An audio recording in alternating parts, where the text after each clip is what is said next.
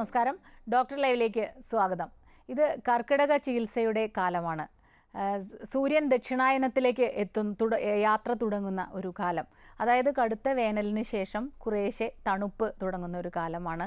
ഒരുപാട് ചികിത്സകളെക്കുറിച്ചൊക്കെ നമ്മൾ കേട്ടിട്ടുണ്ടാവും. എന്നാൽ ഇത് എന്തിനാണ് കൃത്യമായി ചെയ്യുന്നത്? കർക്കിടക ചികിത്സകളുടെ പ്രാധാന്യം എന്താണ് എന്നൊന്നും കൂടുതൽ നമുക്ക് അറിയാൻ കഴിയില്ല. കർക്കിടക ചികിത്സകളുടെ പ്രാധാന്യം, പ്രധാനപ്പെട്ട ചികിത്സകൾ, ഇതെല്ലാം ഇന്നത്തെ ഡോക്ടർ ലൈവിലൂടെ.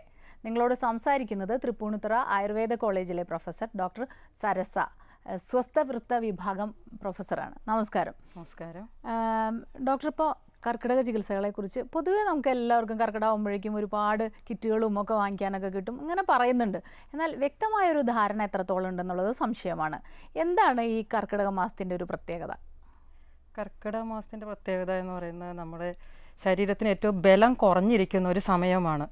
ഒരു വർഷത്തെ നമ്മുടെ ഒരു ചര്യകളൊക്കെ കൊണ്ട് ശരീരത്തിലെ പല ദോഷങ്ങളും അടിഞ്ഞുകൂടിയിട്ടുണ്ട്. അപ്പോൾ അതിനെയൊക്കെ പുറത്ത് കളഞ്ഞിട്ട് നമ്മുടെ ശരീരത്തിൻ്റെ അഗ്നിബലം വർദ്ധിപ്പിച്ച് കഴിക്കുന്ന ഭക്ഷണം നല്ല രീതിയിൽ ഡൈജസ്റ്റ് ചെയ്യാൻ പാകത്തിന് ലഘുവായിട്ടുള്ള ഭക്ഷണങ്ങളൊക്കെ കഴിച്ച് പോരേണ്ട ഒരു സമയമാണ്.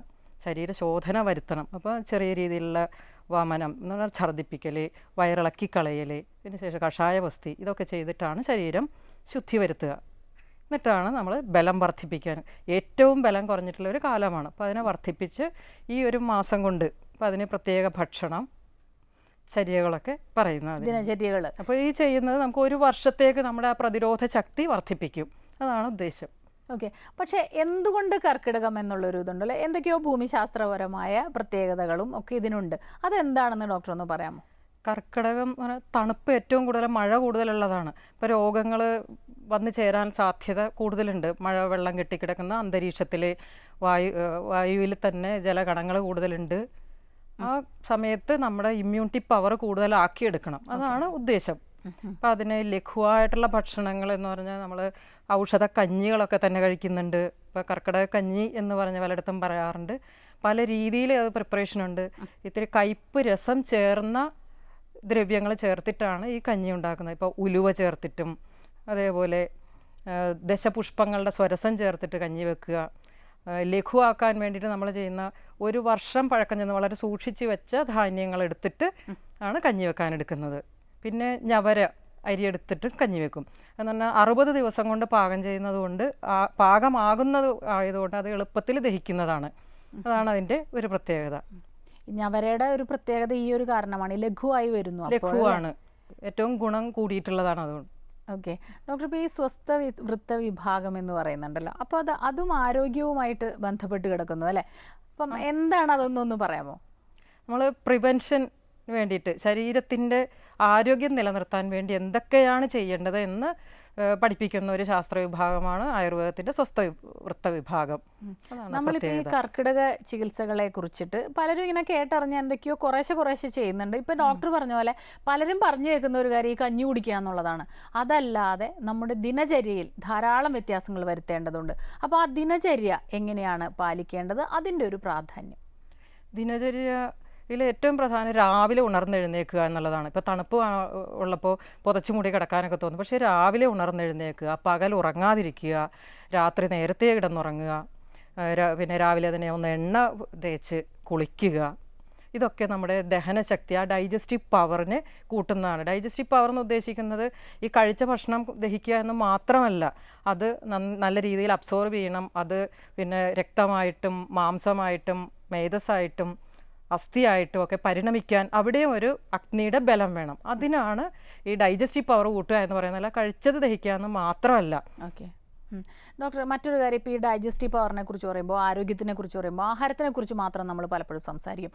ആഹാരത്തോടൊപ്പം തന്നെ ഉറക്കവും ബ്രഹ്മചര്യവും ഒക്കെ പ്രാധാന്യമുണ്ടെന്ന് പറഞ്ഞു കേട്ടിട്ടുണ്ട്. എന്താണ് അതൊന്നൊന്ന് വിശദമായി? ആയുർവേദത്തിൽ ത്രിസ്തൂണങ്ങൾ എന്ന് പറഞ്ഞിട്ടുള്ള 3 കാര്യമാണ് ആഹാരം, അതിൻ്റെ നിഷ്ഠ പാലിക്കുക എന്നുള്ളത്.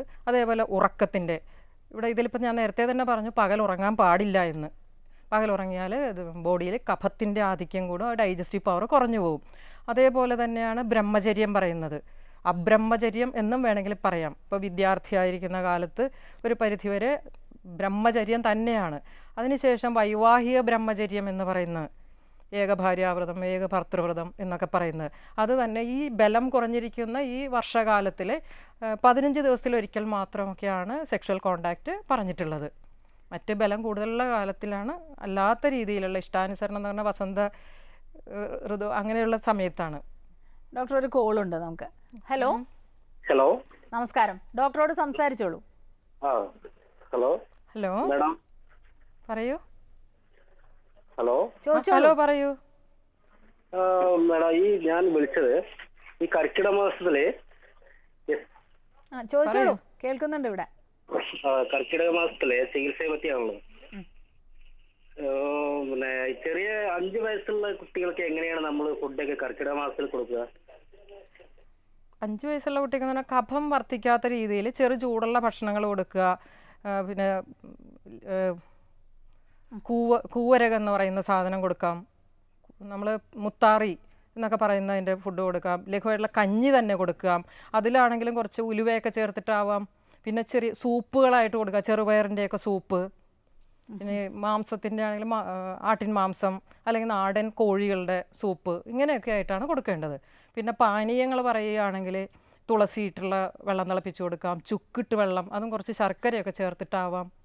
ഇതൊക്കെയാണ് കുട്ടികൾക്ക്. മല്ലിക്കാപ്പി എന്നൊക്കെ പറഞ്ഞിട്ടും പ്രിപ്പറേഷൻസ് ഉണ്ട്. ഇപ്പോൾ പലപ്പോഴും ഇപ്പോൾ ഈ ചോദ്യം വന്നപ്പോഴാണ് കുട്ടികൾക്കും ഇത്തരം കാര്യങ്ങൾ നമ്മൾ ശ്രദ്ധിക്കേണ്ടതുണ്ട് അല്ലേ? പലപ്പോഴും നമ്മൾ എല്ലാവരുടെയും കാര്യമാണ്. കുട്ടികളായാലും പ്രായമുള്ളവരായാലും ചെറുപ്പക്കാരായാലും എല്ലാവരും ആ ശരീരത്തിൻ്റെ പ്രതിരോധ ശക്തി വർദ്ധിപ്പിക്കാൻ ഈ സമയം ഉപയോഗിക്കണം. എന്നാലാണ് അടുത്ത ഒരു വർഷത്തേക്ക് നമുക്ക് ആ ഇമ്മ്യൂണിറ്റി പവർ കിട്ടുന്നത്. മറ്റൊന്ന്, ഈ ഇലക്കറികളുടെ ഒരു പ്രാധാന്യം പലരും പറഞ്ഞു കേൾക്കാറുണ്ട്. അത് പക്ഷേ ശരിയായ ധാരണകളുണ്ട്, തെറ്റായ ധാരണകളുണ്ട്. ഇലക്കറികൾ ഉപയോഗിക്കേണ്ടതിൻ്റെ ഒരു പ്രാധാന്യം, എങ്ങനെയാണ് ഇത് ഉപയോഗിക്കേണ്ടത്? ഇലക്കറികൾ പത്തില എന്നൊക്കെ പറഞ്ഞിട്ട് സാധാരണ പറഞ്ഞു കേൾക്കാറുണ്ട്. അത് നല്ലതും തന്നെയാണ്. പക്ഷേ അത് ഉപയോഗിക്കുമ്പോൾ ഒന്നിലെ രാവിലെയോ ഉച്ചക്കോ ആയിരിക്കണം ഉപയോഗിക്കേണ്ടത്. അധികമാവാതിരിക്കുക, വൈകുന്നേരം ഉപയോഗിക്കാതിരിക്കുക തന്നെ വേണം. പറഞ്ഞാൽ അത് ദഹിക്കാൻ ഇത്തിരി ബുദ്ധിമുട്ടുള്ളതാണ്. ഇലക്കറികൾ കുറച്ച് നെയ്യൊക്കെ ചേർത്തിട്ട്, എന്നാലാണ് ആ വൈറ്റമിൻ എ നമുക്ക് അബ്സോർബ് ചെയ്ത് കിട്ടുകയും ചെയ്യുന്നത്. ഇപ്പോൾ ഈ മഴക്കാലത്താവുമ്പോൾ ഏറ്റവും നല്ല ഇലകൾ നമുക്ക് കിട്ടുകയും ചെയ്യും. നാടൻ ഈ താളൊക്കെ പോലത്തെ ഇത് ഇലയിട്ടിട്ട് കഴിക്കണം എന്നൊക്കെ പറഞ്ഞു. നാടൻ ചേമ്പിൻ്റെ ഇലയും ചേമ്പിൻ താളും ഒക്കെ ഈ സീസണിൽ എടുക്കാൻ ബെസ്റ്റാണ്. വൈറ്റമിൻ കൂടെ അയേൺ കണ്ടൻറ്റും ഒക്കെ ഏറ്റവും കൂടുതലുള്ളതാണ് ചേമ്പിൻ താളും ചേമ്പിൻ തണ്ടൊക്കെ. അടുത്തൊരു കോളിലേക്ക് പോകാം ഡോക്ടർ. ഹലോ മാഡം, ചോദിച്ചോളൂ ഡോക്ടറോട്. ഹലോ, ചോദിച്ചോളൂ. ഡോക്ടർ നമസ്കാരം. നമസ്കാരം. നമസ്കാരം മാഡം, ഞാൻ കായംകുളത്തു നിന്നുമാണ്. പറയൂ. ഹലോ മാഡം, ഞാൻ കായംകുളത്തു നിന്നുമാണ്. ചോദ്യം പൂർത്തിയാക്കിക്കോളൂ, കേൾക്കുന്നുണ്ട്. മാഡം, ഞാൻ കായംകുളത്തു നിന്നുമാണ്. മനസ്സിലായി, വേഗം ചോദിച്ചോളൂ. ഞാൻ കായംകുളത്തു നിന്നുമാണ് സംസാരിക്കുന്നത്. ഇവിടെ കേൾക്കുന്നുണ്ട്, ടിവിയിൽ ശ്രദ്ധിക്കണ്ട, ചോദ്യം പൂർത്തിയാക്കിക്കോളൂ. ഞാൻ എല്ലാ വർഷവും ഈ ശരീരത്തിന്റെ സുഖചികിത്സയുടെ ഭാഗമായി തിരുമൽ ഒക്കെ നടത്താറുണ്ട്. അത് നടത്താം, നല്ലതാണ്. മാഡം അതിന് മുന്നോടിയായിട്ട് മാഡം പറഞ്ഞു അതിന്റെ ഈ വയറ് ചികിത്സ, ഈ വയറിന്റെ അത് ഒരു ഡോക്ടറെ കണ്ട് ചെയ്യുകയാണെങ്കിൽ അതിന്റെ നിർദ്ദേശം തരും. ഏത് രീതിയിലാണ് മാഡം? അതാണ് ശരീര ശോധനയോട് കൂടിയിട്ടൊക്കെ ഈ അഭ്യംഗം എന്ന് പറഞ്ഞ എണ്ണതേപ്പോ അതിനുശേഷം ചെയ്യുന്ന മറ്റ് കിഴികളോ അങ്ങനത്തെ കാര്യങ്ങൾ ചെയ്യുള്ളൂ. അതൊരു ഡോക്ടറുടെ നിർദ്ദേശപ്രകാരം ചെയ്യണം. അല്ലാതെ തനിച്ച് നമുക്ക് ചെയ്യാവുന്ന ഒന്നല്ലല്ലോ ശോധനയുടെ കാര്യങ്ങൾ. പിന്നെ ചെറിയ രീതിയിലുള്ള ശോധന നമുക്ക് അവിപത്തി എന്ന് പറയുന്ന പൊടി കഴിച്ചിട്ട് വിരേചനം വരുത്താവുന്നതാണ്. അല്ലെങ്കിൽ പതിവായിട്ട് കഴിക്കാം ത്രിഫല. അത് ഇത്തിരി തേനും നെയ്യും ചേർത്തിട്ട് രാത്രി കിടക്കാൻ നേരത്ത് കഴിക്കുന്നതാണ് നല്ലത്. ഏറ്റവും നല്ല രസായനമായിട്ടാണ് പറയുന്നത്. രസായനങ്ങൾ എന്ന് പറയുന്നത് തന്നെ നമ്മുടെ ശരീരത്തിന് ബലം തരുന്നതാണ്. അത് കണ്ണിനും ഏറ്റവും നല്ലതാണ്. ഓക്കെ ഡോക്ടർ, ഇപ്പോൾ ഈ ചോദ്യം ഇപ്പോൾ നമ്മൾ പലപ്പോഴും ഇതിനെക്കുറിച്ച് കുറച്ച് അറിവുകളുണ്ട്. അപ്പോൾ കർക്കിടക മാസം ആകുമ്പോൾ നമ്മൾ സ്വയം കുറേ കാര്യങ്ങൾ ചെയ്യും. ഒരു ഡോക്ടറുടെ നിർദ്ദേശപ്രകാരം നമ്മളിത് ചെയ്യേണ്ടതിൻ്റെ ഒരു ആവശ്യകത എന്ന് പറഞ്ഞാൽ ഈ ചെറിയ അറിവ് ചിലപ്പോൾ നമുക്ക് നല്ലതിന് പകരം ദോഷം ഉണ്ടാക്കി തീർക്കും. അപ്പോൾ എപ്പോഴും ഒരു ഡോക്ടറുടെ നിർദ്ദേശപ്രകാരം ചെയ്യുന്നതായിരിക്കും നല്ലത്. എന്നാലിപ്പോൾ ഒരു എണ്ണ തേച്ച് കുളി എന്നൊക്കെ പറയുന്നത് നമുക്ക് വീട്ടിൽ ചെയ്യാം. ഇപ്പം നല്ല വെളിച്ചെണ്ണയാവാം, നല്ലെണ്ണയാവാം, ഇല്ലെങ്കിൽ പല മെഡിക്കേറ്റഡ് ഓയിലുകളുണ്ട്. ഏലാദീന്നോ ഒക്കെ പറഞ്ഞിട്ട് ഈ തണുപ്പിന് നമുക്ക് കുറച്ച് സുഖം തരുന്ന എണ്ണകൾ. കാരണം വാതരോഗങ്ങളൊക്കെ വരാതിരിക്കാൻ തന്നെ എണ്ണ പുരട്ടുക നല്ലത്. ഡോക്ടറിലെ തുടരുന്നു. ഡോക്ടർ, പുതിയ തലമുറയിൽ വളരെ കുറച്ച് കാണുന്ന ഒരു കാര്യമാണ് ഈ എണ്ണ തേച്ച് കുളി. പല പല കാരണങ്ങൾ അതിന് നമ്മൾ പറയും. ഓയിലി ആയിട്ടിരിക്കുന്നത് ഇഷ്ടമല്ല. എണ്ണ തേച്ച് കുളിയുടെ ഒരു പ്രാധാന്യം എന്ന് പറയാം. ആയുർവേദത്തിൽ പറയുന്നത് അഭ്യംഗം എണ്ണ തേപ്പ് നിത്യവും ചെയ്യണമെന്ന് തന്നെയാണ്. അതും ശിരശ്രവണ പാദേശിതം വിശേഷേണ ശീലം എന്ന് പറഞ്ഞാൽ തലയിലും ചെവിയുടെ ഭാഗത്തും കാൽപാദങ്ങളിലും എല്ലാ ദിവസവും എണ്ണ തേച്ച് തന്നെ കുളിക്കണമെന്നാണ്.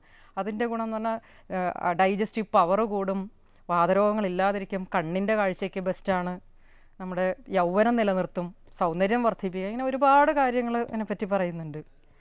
മറ്റൊന്ന്, ഈ ത്രിഫലയുടെ ഒരു ഗുണം, പല ഡോക്ടർമാരും ഈ ത്രിഫല ഏതെങ്കിലും തരത്തിൽ ത്രിഫല നല്ലതാണ് എന്ന് പറഞ്ഞിട്ടുണ്ട്. ത്രിഫലയുടെ ഒരു ഗുണം അത് എന്തിനെല്ലാം നമ്മൾ ഉപയോഗിക്കും? ത്രിഫല എന്ന് പറയുന്നത് തന്നെ കടുക്ക, നെല്ലിക്ക, താന്നിക്ക, ഇതിൻ്റെ ചൂർണം പൊടിയാക്കിയത്. ഇത് ഏറ്റവും നല്ല രസായനമായിട്ടാണ് പറഞ്ഞിരിക്കുന്നത്. ശോധന കിട്ടാനും അത് രാത്രിയിൽ തേനും നെയ്യും ചേർത്ത് കഴിക്കുക. ഒരു ടീസ്പൂൺ പൗഡർ മതി ഈ ത്രിഫലയുടെ ചൂർണം. ഏറ്റവും നല്ല രസായനം, വില കുറവാണ്, ശോധന കിട്ടും, കണ്ണിന് ഏറ്റവും ബെസ്റ്റാണ്. അടുത്തൊരു കോളിലേക്ക് പോകാം ഡോക്ടർ. ഹലോ ഹലോ, നമസ്കാരം. ഡോക്ടറോട് സംസാരിച്ചോളൂ. ഹലോ ഹലോ, എൻ്റെ മകൾക്ക് പറയൂ. എൻ്റെ മകൾക്ക് ഇപ്പോ 9ാം മാസമാണ്. 9ാം മാസത്തിലാണ് ഇപ്പൊ നിൽക്കുന്നത്. അപ്പോ ഞങ്ങൾക്ക് ഈ കർക്കിടക കഞ്ഞി അതുപോലത്തുള്ള പരിപാടികളൊക്കെ ഉണ്ടല്ലോ, ഈ സമയത്ത് കഴിക്കുന്നു. അത് അങ്ങനെ കഴിച്ചു കഴിഞ്ഞാൽ വേറെ ഏതെങ്കിലും വല്ല കുഴപ്പങ്ങളുണ്ടോ, അല്ലെങ്കിൽ അത് ചെയ്യുന്നതുകൊണ്ട് വല്ല ഇതുണ്ട് ബുദ്ധിമുട്ടുണ്ടോ? ഇപ്പൊ കൊണ്ടൊക്കെ കുളിക്കണമൊക്കെ ഉണ്ട്. അപ്പൊ അതുകൊണ്ട് എന്തെങ്കിലും വല്ല ദോഷമുണ്ടോ എന്ന് അറിയാൻ വേണ്ടിട്ട് വിളിക്കണതാ. തൃശ്ശൂരിൽ ഞാൻ വിളിക്കണത്. എന്റെ പേര് വിൽസൺ. ഔഷധ കഞ്ഞികൾ കഴിക്കുന്നതിന് കുഴപ്പമില്ല. പക്ഷെ അതിൽ കുറച്ച് തേങ്ങാപ്പാലോ തേങ്ങ അരച്ചതോ ചേർത്തിരിക്കണം. പിന്നെ ദിവസവും എണ്ണ പുരട്ടി, ഇപ്പോൾ ധാന്വന്തരം തൈലം എന്നോ അങ്ങനെ എന്തെങ്കിലും ഗർഭിണികൾ ചെയ്തിരിക്കണം. 7-ാം മാസമൊക്കെ കഴിഞ്ഞ് കഴിഞ്ഞാൽ എല്ലാ ദിവസവും എണ്ണ തേക്കലും അങ്ങനെ സ്നിഗ്ധമായിട്ടുള്ള നെയ്യ് ചേർത്തിട്ടുള്ള സാധനങ്ങൾ കഴിക്കുകയും വേണമെന്ന് തന്നെയാണ് പറഞ്ഞിരിക്കുന്നത്.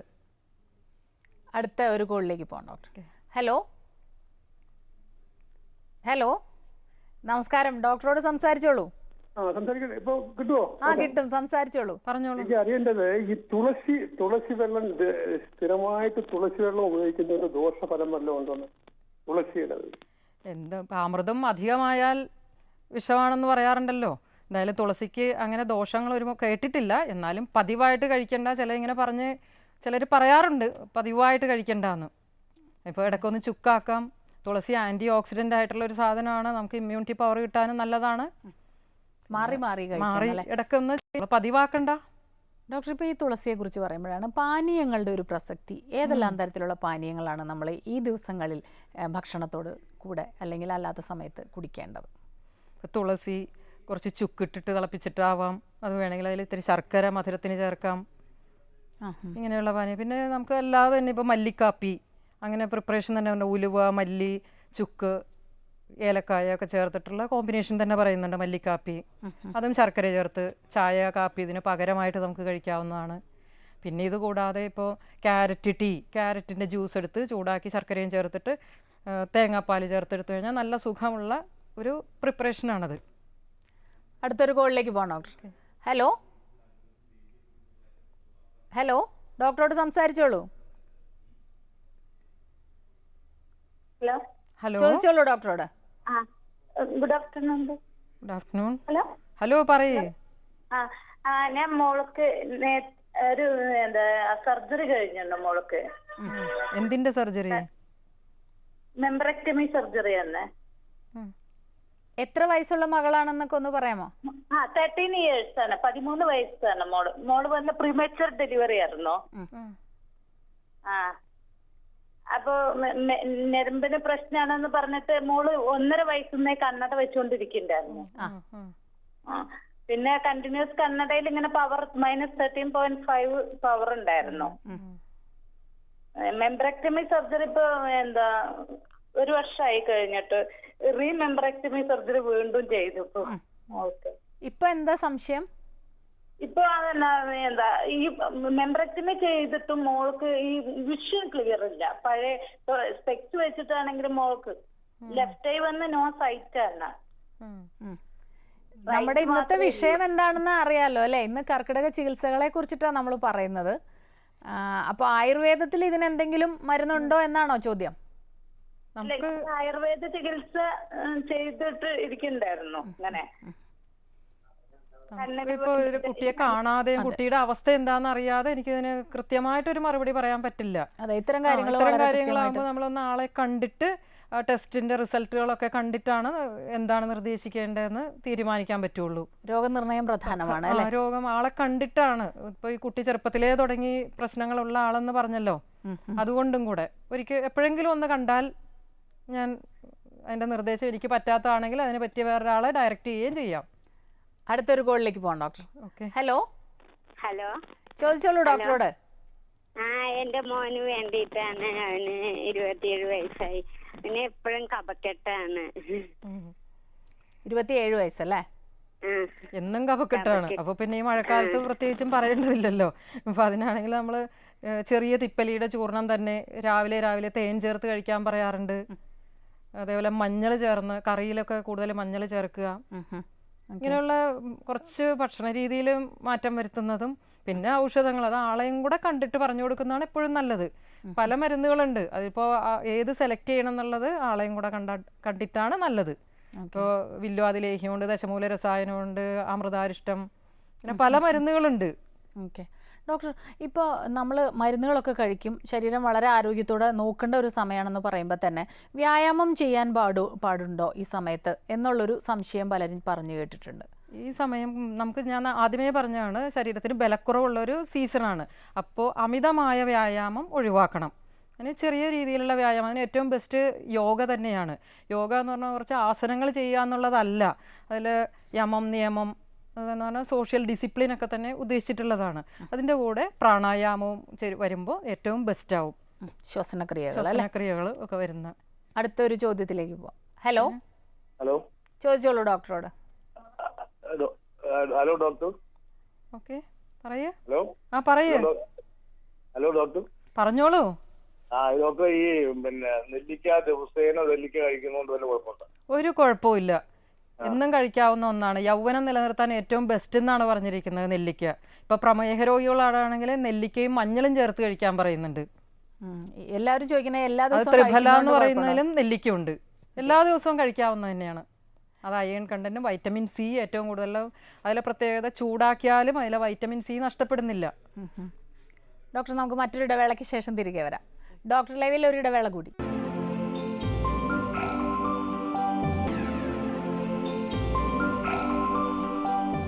ഡോക്ടർ ലൈവ് തുടരുന്നു. ഡോക്ടർ, നമ്മുടെ ഒരു കോളർ വെയിറ്റ് ചെയ്യുന്നുണ്ട്. ഹലോ, ഡോക്ടറോട് സംസാരിച്ചോളൂ. ഞാൻ ഈ കർക്കിടക മാസത്തിലെ ഇതിന് രോഗപ്രതിരോധ ശക്തിക്ക് വേണ്ടിട്ട് പറയൂ. ഹലോ, ഈ രസായനങ്ങളും അരിഷ്ടങ്ങളും ഉണ്ടല്ലോ, അങ്ങനെയുള്ള വല്ലതും പ്രത്യേകിച്ച് കഴിക്കാൻ പറ്റുന്ന വല്ലതും ഉണ്ടോന്ന് അറിയാൻ വേണ്ടിയാണ്. പ്രത്യേകിച്ച് എന്ന് പറഞ്ഞാൽ ഏതാണ് ആളുടെ അവസ്ഥ എന്ന് നോക്കിയിട്ടാണ് നമ്മൾ ഏത് അരിഷ്ടം വേണം, ഏത് രസായനം വേണം എന്നൊക്കെ പറയുന്നത്. എന്താ? 65 വയസ്സുള്ള ആളാണ്. ബാലൻ എന്നാണ് പേര്. 65 വയസ്സ്. അപ്പോൾ എന്തെങ്കിലും ഇപ്പോൾ ഇന്ദുകാന്തം എന്ന് പറഞ്ഞ നെയ്യോ അങ്ങനെ എന്തെങ്കിലുമൊക്കെ കഴിക്കാവുന്നതാണ്. ചവനപ്രാശാവാം, എണ്ണ തേച്ച് കുളിയാവാം, സഹചരാതി എന്നൊക്കെ പറയുന്ന എണ്ണയൊക്കെ ആവാം. ഇപ്പോൾ വാതരോഗങ്ങളൊന്നും വരാതിരിക്കാൻ. പിന്നെ അധികം തണുപ്പ് തട്ടാതെ സൂക്ഷിക്കണം. ചെരുപ്പൊക്കെ ഇട്ടിട്ട് എപ്പോഴും നടക്കാവുള്ളൂ. പെരക്കകത്ത് പോലെ രാത്രി കിടക്കുമ്പോഴാണെങ്കിലും ഒരു സോക്സ് ഒക്കെ ഇട്ട് വെച്ച് കിടക്കുക. ചെറിയ കാര്യങ്ങൾ ശ്രദ്ധിക്കണം. മറ്റൊന്ന്, ഈ രസായനത്തിന്റെ കാര്യം പറയുമ്പോൾ നിത്യരസായനം എന്ന് കേട്ടിട്ടുണ്ട്. എന്താണ് ഇത്, അതിന്റെ പ്രാധാന്യം? അത് കഴിക്കാതെ തന്നെ നമുക്ക് രസായന എഫക്റ്റ് കിട്ടുന്ന കുറച്ച് നമുക്ക് ചെയ്യാവുന്ന പരിപാടികളാണ്. സത്യവാദിനം, അക്രോധം, അധ്യാത്മപ്രവണേന്ദ്രിയം, ശാന്തം, സദ്വൃത്തനിരതം, വിദ്യ, നിത്യരസായനം എന്നാണ് പറഞ്ഞിരിക്കുന്നത്. സത്യവാദിനം, നമ്മൾ സത്യം മാത്രം പറയുക. കള്ളത്തരമൊക്കെ പറഞ്ഞിട്ട് നമുക്കത് ഒരു ടെൻഷൻ ഉണ്ടാക്കും. അതൊന്നും ഇല്ലാതെ പോവാൻ. അക്രോധം, മറ്റുള്ളവരോട് ദേഷ്യപ്പെടാതിരിക്കുക. ദേഷ്യപ്പെട്ടാൽ നമ്മൾ തന്നെ രോഗിയാവും, നമ്മുടെ രക്തം തന്നെ ദുഷിക്കാനിട വരും. ഇതൊന്നും ഇല്ലാതെ ശാന്തനായിരിക്കുക, നല്ല കാര്യങ്ങൾ ചെയ്യുക. നല്ല കാര്യങ്ങൾ ചെയ്താൽ നമുക്ക് മനസ്സിനും അതുവഴി ശരീരത്തിനും സുഖം കിട്ടും. ഇതാണ് രസായന എഫക്റ്റ്. കഴിക്കാതെ തന്നെ രസായന ഗുണം കിട്ടുമെന്ന് പറയുന്നത്. ഡോക്ടർ, ഇപ്പോൾ ഇത് പറയാൻ എളുപ്പമാണ്, പക്ഷെ എങ്ങനെ ഇതിലേക്ക് എത്താം എന്നുള്ളതാണ്. നമ്മൾ ജീവിതത്തിലെ ചില ദിനചര്യകൾ മാറ്റുന്നതോ അല്ലെങ്കിൽ പറഞ്ഞ പോലെ വ്യായാമങ്ങളിലൂടെ ഇത് നമുക്ക് സാധ്യമാകുന്നുണ്ടോ? വ്യായാമം നമ്മളൊരു കൺട്രോള്, നമ്മൾ അങ്ങനെ ചെയ്യൂ എന്നൊക്കെ ഒന്ന് ശീലിച്ച് പതുക്കെങ്കിലും ആയി വരിക. സത്യം എന്തിനാ നുണ പറയുന്നത്? സത്യം പറയുക. നുണ പറയുക എന്നുള്ളതല്ല, അക്രോധം എന്നുള്ളത്. ഇപ്പൊ ക്രോധം ഉപേക്ഷിക്കുക എന്നുള്ളത് കുറച്ച് ബുദ്ധിമുട്ടുള്ള ഒരു കാര്യമാണല്ലോ. അല്ലെങ്കിൽ ശാന്തം, അതും കുറച്ച് പ്രയാസം. ഇപ്പൊ നമ്മളിപ്പോ നമ്മള് ശീലിക്കുക എന്നേ പറയാനുള്ളൂ. ഓക്കെ ഇപ്പൊ വർക്ക് പ്ലേസിലൊക്കെ ആണെങ്കിൽ ഒരുപാട് സമ്മർദ്ദം ഏറി വരുന്ന ഒരു കാലമാണല്ലോ ഇത്. നമ്മൾ സ്വയം കൺട്രോൾ ചെയ്യാൻ പഠിക്കുക. അതിന് നമുക്ക് ഈ യോഗയൊക്കെ വളരെ ഉപകരിക്കും. ദിനചര്യകളിൽ യോഗ വ്യായാമത്തിന് നമ്മൾ യോഗ ഉൾപ്പെടുത്തുക. അപ്പോൾ അത് വളരെ ഒരുപാട് മനസ്സിനെ കൺട്രോൾ ചെയ്യാൻ സഹായിക്കും. പോസിറ്റീവായിട്ട് തിങ്ക് ചെയ്യുക. അപ്പോൾ തന്നെ നമുക്ക് പലതും ചെയ്യാൻ പറ്റും. നെഗറ്റീവ് തോട്ട്സ് കളയുക. ഇത് ക്രോധം വരാതെ എങ്ങനെ, അല്ലെങ്കിൽ നുണ പറയാതിരിക്കാൻ എനിക്ക് പറ്റുമോ എന്നൊക്കെ ചിലർക്ക് തോന്നി. അത് നമ്മൾ ശീലിച്ചാൽ പറ്റും. പോസിറ്റീവായിട്ട് തിങ്ക് ചെയ്യുക, അപ്പോൾ തന്നെ ശരിയാവും. ഈ ബ്രഹ്മമുഹൂർത്തത്തിൽ ഉണരേണ്ടതിൻ്റെ ഒരു പ്രാധാന്യം ആയുർവേദത്തിൽ എങ്ങനെയാണ്? ബ്രഹ്മമുഹൂർത്തം എന്ന് പറയുന്നതിന് സൂര്യോദയത്തിന് മുമ്പുള്ള സമയമാണ്. ആ സമയത്ത് ഉണർന്നെഴുന്നേൽക്കുന്നതാണ് ആരോഗ്യത്തിന് ഏറ്റവും ബെസ്റ്റ് എന്നാണ്. നമ്മൾ നെയ്സൻ്റ് ഓക്സിജൻ നമുക്ക് ബോഡിയിലേക്ക് അബ്സോർബ് ചെയ്യാനുള്ള ഓക്സിജൻ ഏറ്റവും കൂടുതലുള്ള സമയവും കൂടെ അതാണ്. രാവിലെ ഉണർന്നെഴുന്നേൽക്കുന്നത് ഏറ്റവും പ്രധാനമാണ് ആരോഗ്യത്തിന്. ആഹാരത്തിൻ്റെ കാര്യം പറയുമ്പോൾ കൃത്യസമയത്ത് ആഹാരം കഴിക്കേണ്ടത്. ഇപ്പോൾ ഉദാഹരണത്തിന് അത്താഴമൊക്കെ ഒരുപാട് വൈകിയാണ് നമ്മൾ പുതിയ തലമുറ, കാരണം ജോലിയൊക്കെ കഴിഞ്ഞ് വരുമ്പോഴേക്കും അത്താഴമൊക്കെ കഴിക്കേണ്ടതിൻ്റെ ഒരു സമയക്രമങ്ങൾ എങ്ങനെയാണ്? എപ്പോഴും സൂര്യൻ ഉള്ള സമയത്ത് ഭക്ഷണം കഴിക്കുന്നതാണ് ഏറ്റവും നല്ലത്. പിന്നെ വൈകുമ്പോൾ ഒരു 7:30, 8, 8:30 അതൊക്കെ ആ സമയത്ത് ഭക്ഷണം കഴിച്ചിട്ട് ഒരു 10, 10:30 ആകുമ്പോൾ കിടന്നുറങ്ങുന്നതാണ് ഏറ്റവും ബെസ്റ്റ്. ഇന്നത്തെ തലമുറ കാണിക്കുന്നത് തലതിരിഞ്ഞ പണി തന്നെയാണ്. പാതിരാത്രി നിന്ന് വർക്ക് ചെയ്യും, എന്നിട്ട് പകൽ മുഴുവൻ കിടന്നുറങ്ങും, ഭക്ഷണവും കഴിച്ചിട്ടും കൂടി ആയിരിക്കും ഉറങ്ങുന്നത്. അങ്ങനെ ഭക്ഷണം കഴിച്ചിട്ട് ഉറങ്ങാനേ പാടില്ല. പകല് ഇല്ലാത്ത രോഗങ്ങൾ വരുത്തിക്കൂട്ടും. കർക്കിടക മാസത്തിൽ പകൽ ഉറങ്ങാൻ പാടുണ്ടോ? കർക്കിടകത്തിൽ പകൽ ഒട്ടും ഉറങ്ങരുതെന്ന് തന്നെയാണ് പറഞ്ഞിരിക്കുന്നത്. അത് ബോഡിയിലെ കഫം കൂട്ടും, ഡൈജസ്റ്റീവ് പവർ കുറക്കും. പകൽ ഉറങ്ങരുത്. ഡോക്ടർ വേറൊരു കാര്യം പറഞ്ഞിട്ടുണ്ട്. ഇപ്പോൾ കർക്കിടക ചികിത്സകൾ പലരും എടുക്കാറുണ്ട്. ചിലർ പറയും ഈ കർക്കിടക മാസത്തിൽ ചികിത്സ ചെയ്തു കഴിഞ്ഞാൽ അടുത്ത കർക്കിടകത്തിലും ചെയ്യേണ്ടി വരും, അതുകൊണ്ട് ഞാൻ ചെയ്യുന്നില്ല എന്ന്. ഇതിൽ എന്തെങ്കിലും? അത് അങ്ങനെ പറയുന്നത് അറിവില്ലായ്മയാണ്. നമ്മൾ ആ ഒരു വർഷത്തേക്ക് നമ്മുടെ ശരീരത്തിന് ബലം കൂട്ടാൻ വേണ്ടിയിട്ടാണ് ഈ കർക്കിടകത്തിൽ ചെയ്യുന്നത്. അപ്പോൾ ഒരു വർഷത്തെ നമ്മുടെ ശരീര ബലം ഉണ്ടാക്കിയെടുക്കുകയാണ്. ഇനി അടുത്ത വർഷം നമുക്ക് അങ്ങനെ ചെയ്യാൻ സമയം കിട്ടിയില്ലേ, ചെയ്യണ്ട, പറ്റുന്നത് ചെയ്തു പോവുക. ഉലുവ ഒരു പ്രധാന ഇതിലാണ്. അതായത് ഉലുവക്കഞ്ഞി അല്ലെങ്കിൽ ഉലുവ കൊണ്ട് ശർക്കരയൊക്കെ ഇട്ടിട്ട് ഒരു ഈ ഉലുവയുടെ ഒരു പ്രാധാന്യം എന്താണ്? അതിൽ കുറച്ച് കയ്പ്പ് രസമുണ്ട്. ഇപ്പോൾ ഈ ഞങ്ങൾ പറയാമല്ലോ വാദം, പിത്തം, കഫം, ഇതാണ് നമ്മുടെ ത്രിദോഷങ്ങൾ പറയുന്നത്. അതിന് ഒരു പരിധി, ഇപ്പം ചൂട് കാലം കഴിഞ്ഞ് ഗ്രീഷ്മ ഋതു കഴിഞ്ഞിട്ട് വന്നിരിക്കുന്നത്, അപ്പോൾ പിത്തം കോപിക്കാനുള്ള ഒരു അവസ്ഥയുണ്ട്. അപ്പോൾ അത് വരാതിരിക്കാൻ ഈ കയ്പ്പ് രസമുള്ള ഉലുവയൊക്കെ ചേർന്നത് കഴിക്കുന്നത് നല്ലത് തന്നെയാണ്. ഡോക്ടർ, നമ്മുടെ ഇന്നത്തെ ഡോക്ടർ ലൈവിൻ്റെ സമയം ഇവിടെ അവസാനിച്ചിരിക്കുകയാണ്. വളരെയധികം നന്ദി ഞങ്ങളോട് സഹകരിച്ചതിന്. നമസ്കാരം. ഇന്നത്തെ ഡോക്ടർ ലൈവ് ഇവിടെ അവസാനിക്കുന്നു. നമസ്കാരം.